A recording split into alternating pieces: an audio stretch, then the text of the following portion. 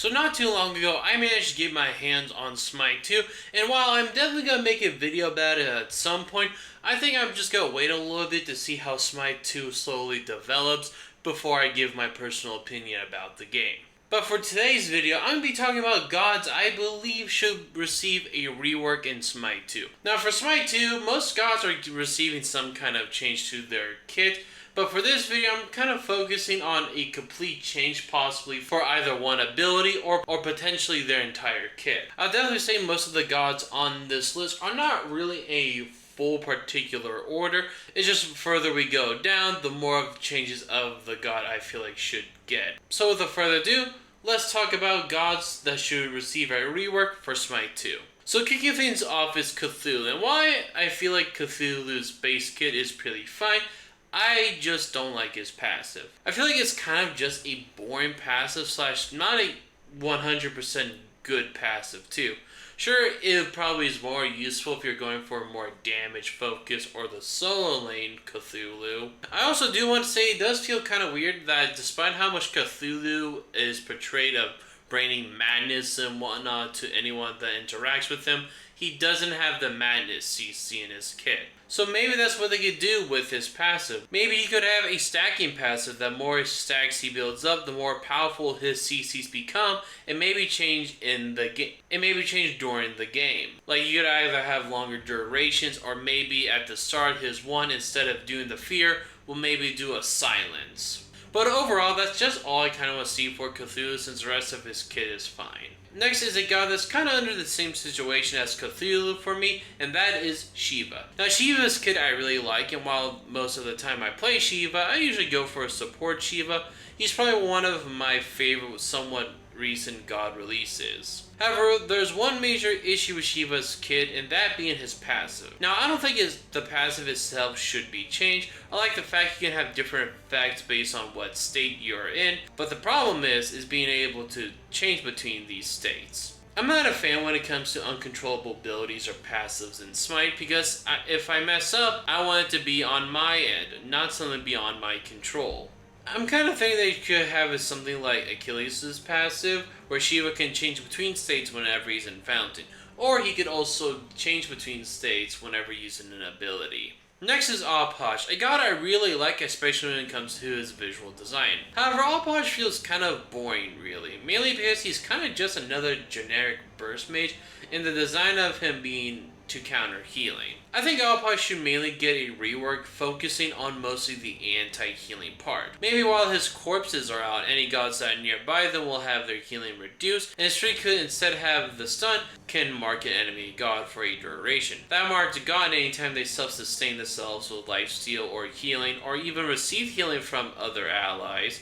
Alposh will get that healing, working similar to Cerberus' passive. Next is Baba Yaga, a god I think feels a bit janky at times. Remember when I said I don't like Shiva's passive because of how controllable it is? Well, Baba Yaga's like that, but worse. I don't like her 1 being different paths that you can't really choose, and her 2 is just pure random. Her passive isn't too bad, but I just don't like the fact that how the house can either just give you away where you're at, or even body block you at times. It's just dumb really. I feel like Baba Yaga's one should work similar to how Morgul in Phase 1, where you can choose between the 4 projectiles, and maybe for her 2 you can grab certain ingredients if you either basic tag, use different versions of her 1, or even using her 3. And for her passive, Baba Yaga should just go through her house. I don't see why it should body block her really. Next god is probably going to make some people mad, but I have Scotty, and mainly because she's pretty boring to me. There's a good reason why people say Calder is the god and Scotty is the pet.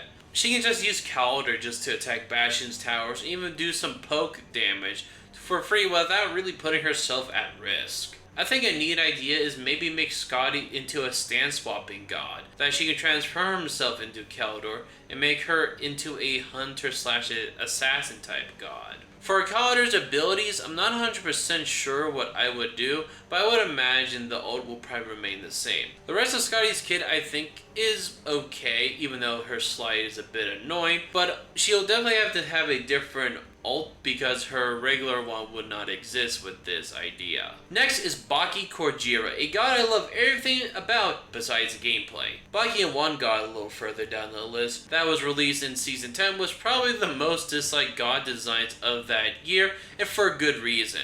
Baki Korjira is just unfun to go up against and also to play. All I can do is basic attack, press your buttons, and GG, and you can play Baki Korjira. I'm not sure what to exactly do with Baki Korjira besides just give him a major rework, but two things I would like for him to keep in a rework is his AoE basic attack, since yes, they are annoying to deal with, but I feel like it just kind of makes sense for Baki Korjira, and it also would look kind of weird for a whale to attack normally. And two is have his ult, since I think that's the only ability that he has in his kit that I don't really hate. Next is Cupid. Cupid I feel like could have been something way much more. I don't mind the fact that he has somewhat supportive abilities, but he also feels kind of lacking as a hunter when it comes to damage. One thing I think would be kind of interesting they add for Cupid is have him have a somewhat of a taunt in his passive. Maybe instead of his regular passive that builds stacks whenever he attacks, he could have it where you can build stacks onto an enemy.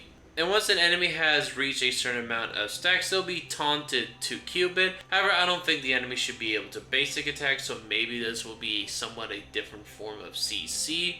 But he could also have a mark ability that it can either give himself an attack speed buff, or he can give it to an ally healing them, giving him the still supportive capabilities within his kit. Next is Nox, a very frustrating and annoying god to deal with. This segment's gonna be pretty short since the thing I would pretty much do with her is revert her to her old kit. I do like how her old ult works, pretty much becoming an anti-mage, or any gods that are really ability focused just shred their own HP. While I would say old Nox isn't perfect, especially since at launch she had to get numerous of buffs to make her pretty good, but I feel like they could take some things of her old design and put them into her Smite 2 design. Now number 2 is shared actually by two gods, that being Martikaras and Ishtar. I think these two are easily the worst god designs of any recent Smite god release. These two just pretty much share abilities from other hunters, but just have better numbers, better stats, and also have more effects onto them. And they were meta for so long before they had to get hammered with nerfs and stuff, but they're still not bad gods. They're just waiting pretty much for a buff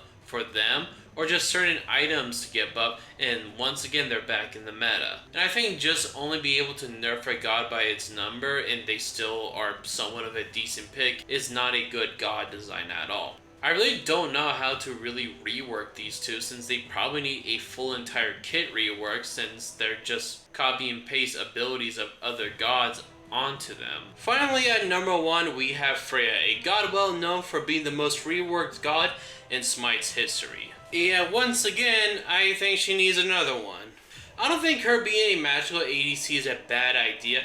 She just doesn't feel fun to really play, and is not really fun to play against, especially when it comes to the late game. I would honestly just completely rework her and make her design focus be more of an auto-attacking base warrior, and maybe have her a little bit potential becoming an ADC. But those are the gods I want to see reworked in Smite 2, and what do you think? Do you agree with some of my picks or no? Let me know down in the comments below what gods you think should get reworked for Smite 2. But that's gonna wrap today's video. I hope you enjoyed. If so, hit that like button if you're new to the channel. Hitting that subscribe button, we appreciate it. I'll see you in the next one.